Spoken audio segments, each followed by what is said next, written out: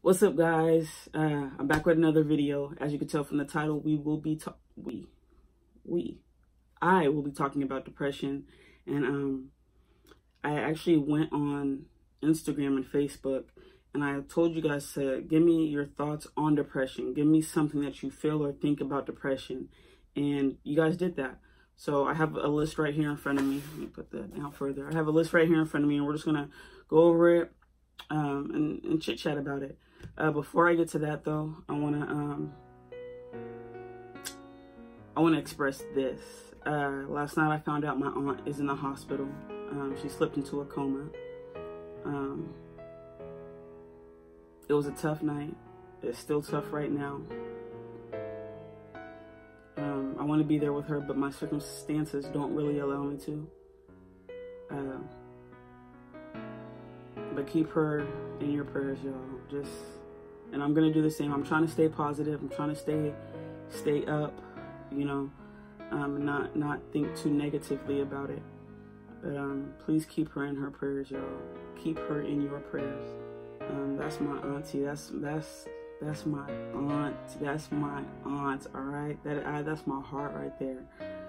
So please keep her in your prayers. And without further ado, we're gonna get to the video.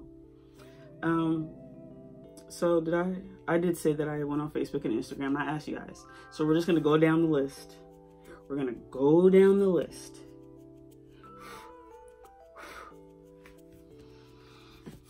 The first thing that one of the things that somebody said on Instagram was depression is not something to be played with. Something that is nothing to play with, to be exact. I agree. A lot of people, they say, a lot of people make fun of depression. Like, come on, get over it. Just get over it. It's okay. You're doing too much. You're making a big deal out of nothing. Or I've heard and I've been told when I was at my deepest deep, go kill yourself. And of course, I don't know if the person meant it, but that's not something you do. That's a sensitive thing. That's a sensitive topic. It's a sensitive feeling. So if you have friends and family,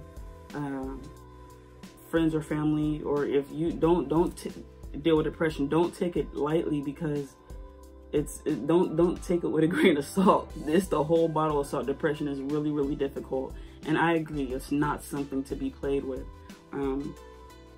Certain people have different levels of what they can handle, as far as what's said to them.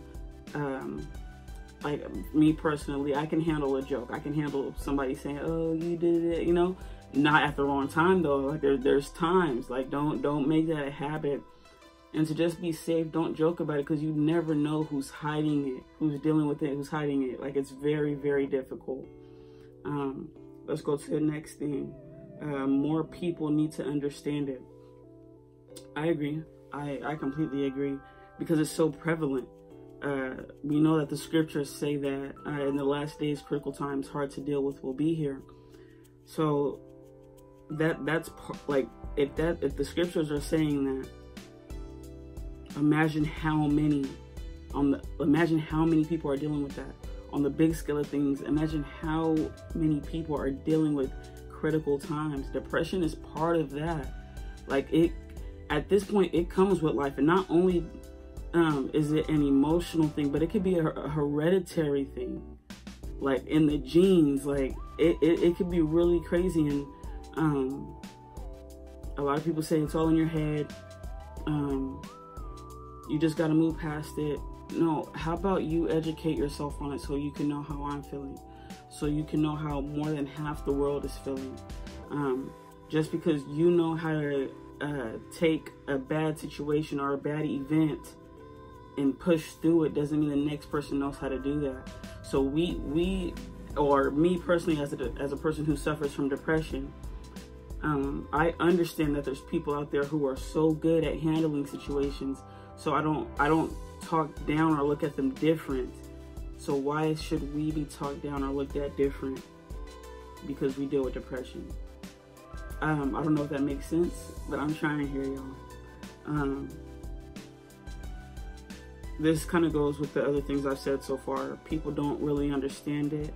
I agree. They say get over it. That's a really big thing. Get over it. Get over it. I remember that used to make me like angry when people said that. But if it was that easy to get over it, we would in a heartbeat. It's not like anybody with depression wants to have depression. We would love to get over it. I would love, like, oh snap, like I could get over it. That would be so amazing. So saying something so insensitive like that is just really, really redundant. Try to get over it out of, even with dealing with other people, like say, I don't understand everybody's emotions, but say somebody was mad because you didn't call them back. And you said, get over it. That's something little to me, or might be little to you, but to them, they might have really needed you in that moment. They might have been in a situation mentally where they really needed you. They're not mad because you didn't call them back. They're mad because you weren't there when they needed you. Like, it's always deeper. It's not just surface. It's not always what meets the eye. So think about that the next time you want somebody to get over it. And then the people who are depressed, usually people, I've met a lot of people, and I can include myself in this. They're really loving, and so they love hard. And so the things that seem little to you, it's really big to them, really, really big to them. The next thing that's, the next thing that somebody says here is that the textbooks are wrong. I don't think I've read a textbook on depression. So I don't know. The textbooks are wrong. I have heard, like in podcasts or whatever, that it's all a chemical imbalance. But if that's the case, it's still something that exists. So I can't really comment on the person who said that the textbooks are wrong. I would have to do more research on it, but I believe it, because people don't get it. Their textbooks are created by imperfect humans. That's why I really, really, really appreciate the Bible, because there's a scripture that says, expectation postponed is making the heart sick. The heart, so basically when we expect something to happen and it doesn't, when we expect to feel loved, or if we expect somebody to be there, if we expect to get that job and it doesn't happen, it affects us in a major way. And so the Bible is the best book to look at when it comes to depression. It's so real. The scripture that says a true friend or a brother is a friend who is there in times of distress. That's fact. When somebody is going through something, a friend, a true friend, a brother is supposed to be there. That's what that means. That's what that is. A friend sticking closer than a brother. There we go.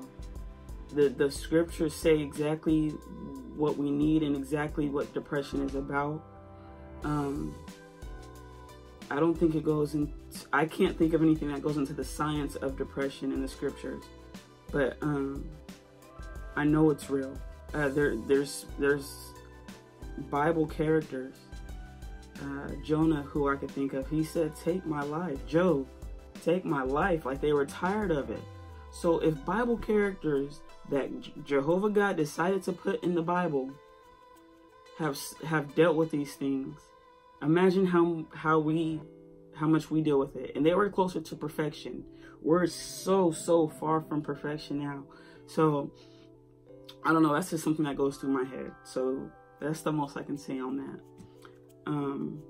Somebody said the real issue seems to be misunderstood and misjudged. That's facts. That's fact. That statement right there is enough in itself.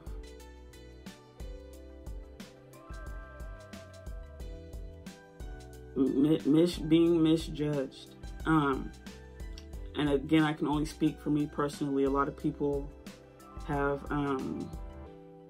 marked me as crazy. because of my depression, because it's so much emotion, so much passion all the time. And then I go put up a funny video on Instagram. So people are just like, what's going on? Like, it's misjudged. Like, people who are depressed are not sad all the time. They're not crying all the time.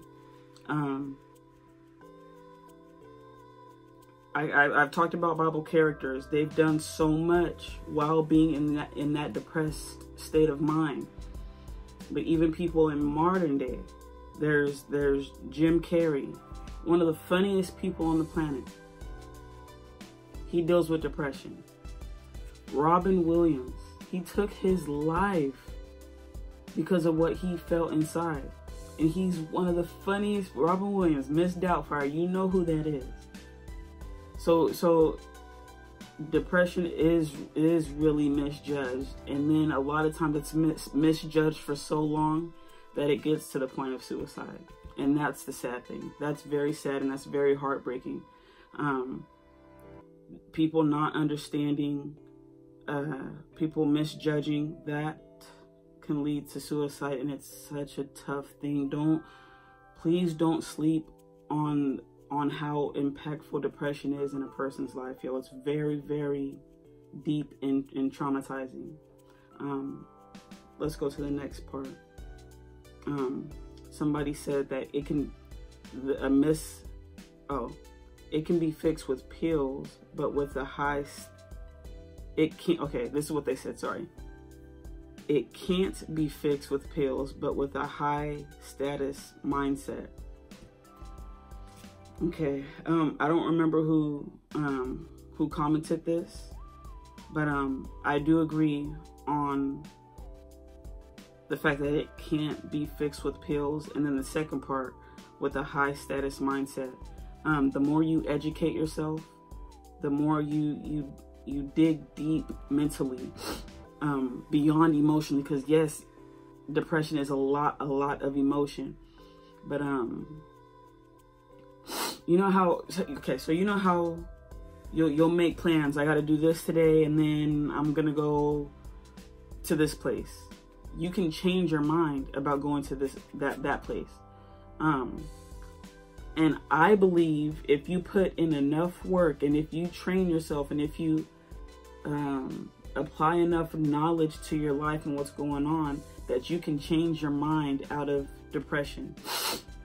I'm not saying that clears it up. I'm not saying that it makes it go away. But certain things. So after I got the news about my aunt last night, I wasn't going to make another video. I was going to spend all my time right there in a dark room. No lights, no nothing. But I changed my mind. A series of prayer, a series of thinking, using my mind, got me out of that. So I changed my mind, and I decided to go forward. Even though it's difficult, I changed my mind. So I do believe you can change your mind. And I hope I'm speaking along the lines of what you meant by high status mindset. Let's go to the next one. A brother said that he mentioned Matthew 6:3. I'm using my phone right now. Matthew 6:3, anxiety. I think it says something about anxiety. My Bible is back there, but hold on.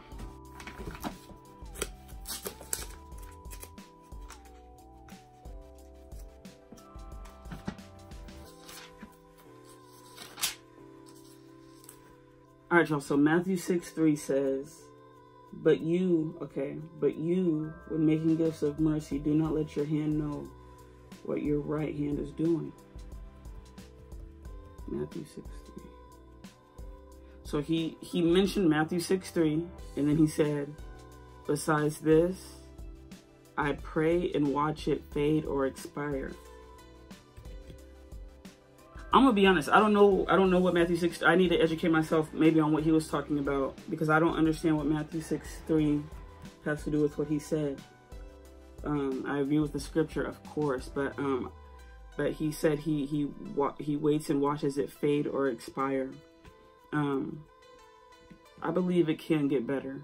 I wouldn't use the word fade, but I believe it can get better.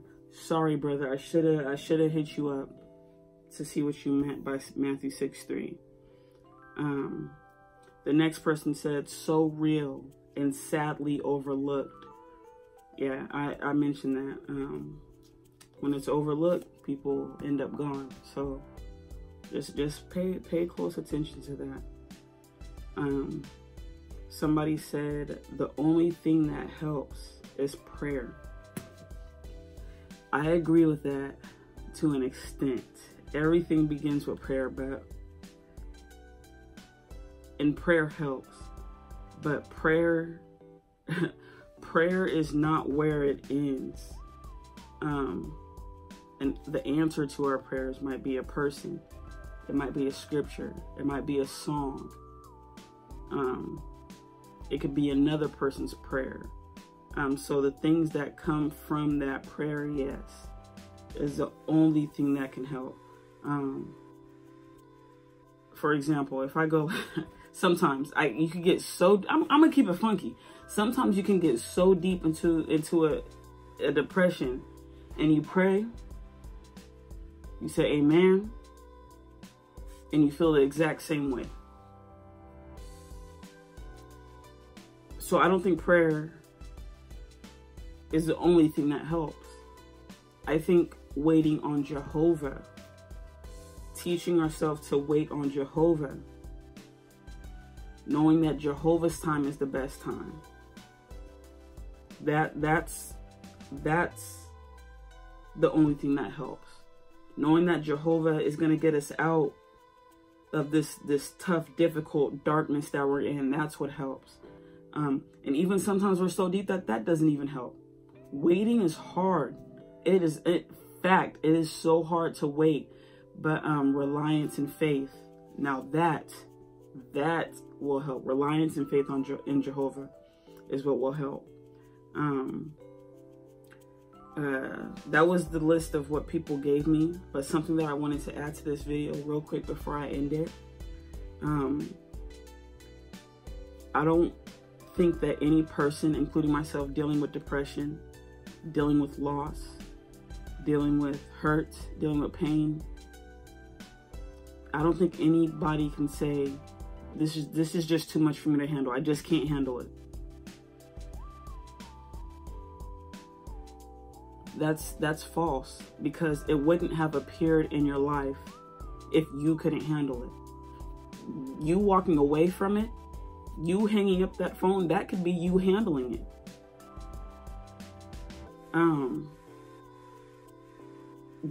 Anything that comes your way, you can handle it.